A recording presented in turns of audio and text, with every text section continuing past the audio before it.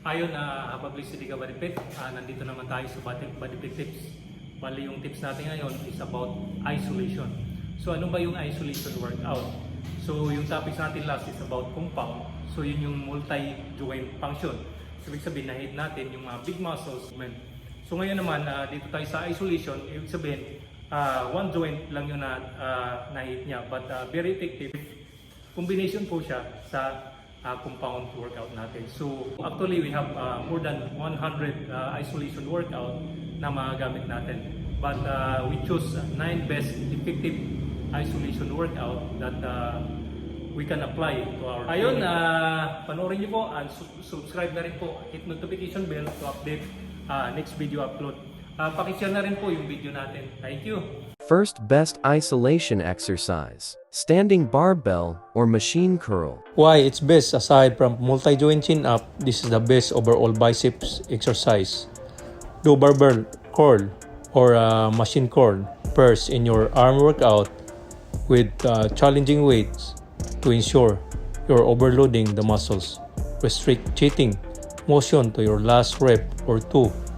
If you start movement needing momentum, the weight is simply too heavy.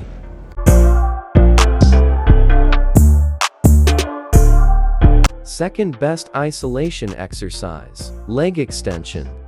Why it's best, what really makes the leg extension shine through is the way you can do all sorts of intensity boosting techniques with it. The easiest way to put into action is the classic drop set, where you can reduce the poundage after reaching initial muscles failure and continuing on with it the set. Then there's a partial force reps, slow negative heck. This even works great with blood flow restriction training. Third best isolation exercise, standing dumbbell lateral raise. Why it's best? Because it works. Rising your upper arms directly out to your sides by definition focuses on the middle delts, so just add weights and you've got a winning move.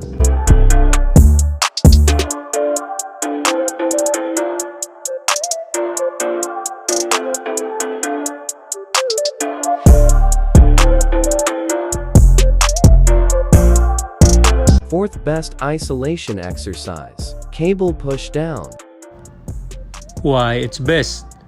There are a number of triceps moves you can choose from, but we choose the push down because it taps the maximizing muscles activation of the lateral and medial triceps heads, while also providing a moderate amount of emphasis on the long heads.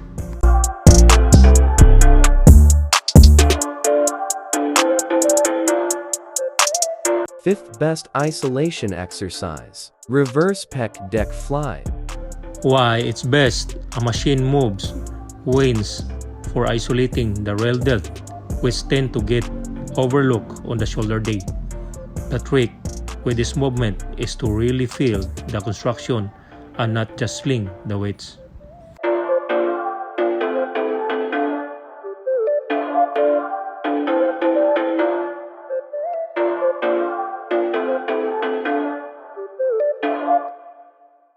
Sixth best isolation exercise, dumbbell fly.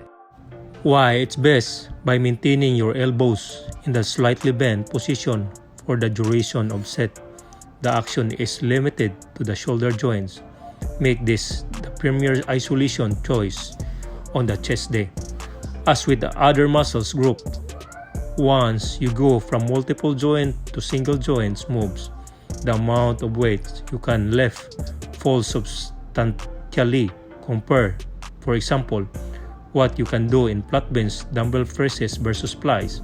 This motion can be replicated on incline and decline benches as well, in additional to be done with cables using the lower pulley position.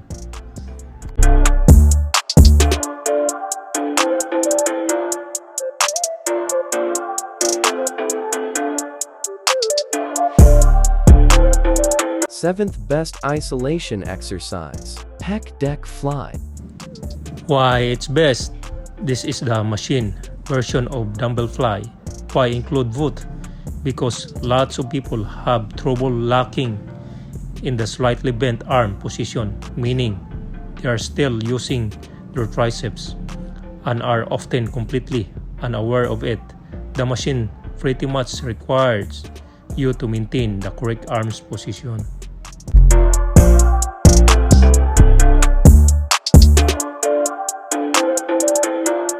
Eighth best isolation exercise. Hamstring curl machine.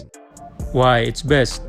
Leg exercise are commonly divided into squat-like moves, squat, pistols, lunges, etc., and isolation moves, calf raises, leg extension, hamstring curl, etc.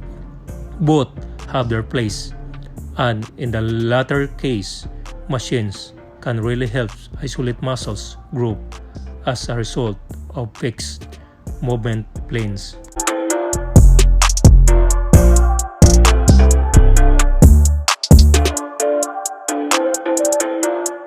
Ninth best isolation exercise. Straight arm pull down. Why it's best? This is the one of those moves that, if you done right, will be absolutely fry your lats. Start with the light weights and really focus on squeezing your scapula down and the flat across your back while chinching down on your lats. Emphasize the eccentric and slow. Allow the rope to raise back up in front of you to a full overhead stretch. Thank you for watching.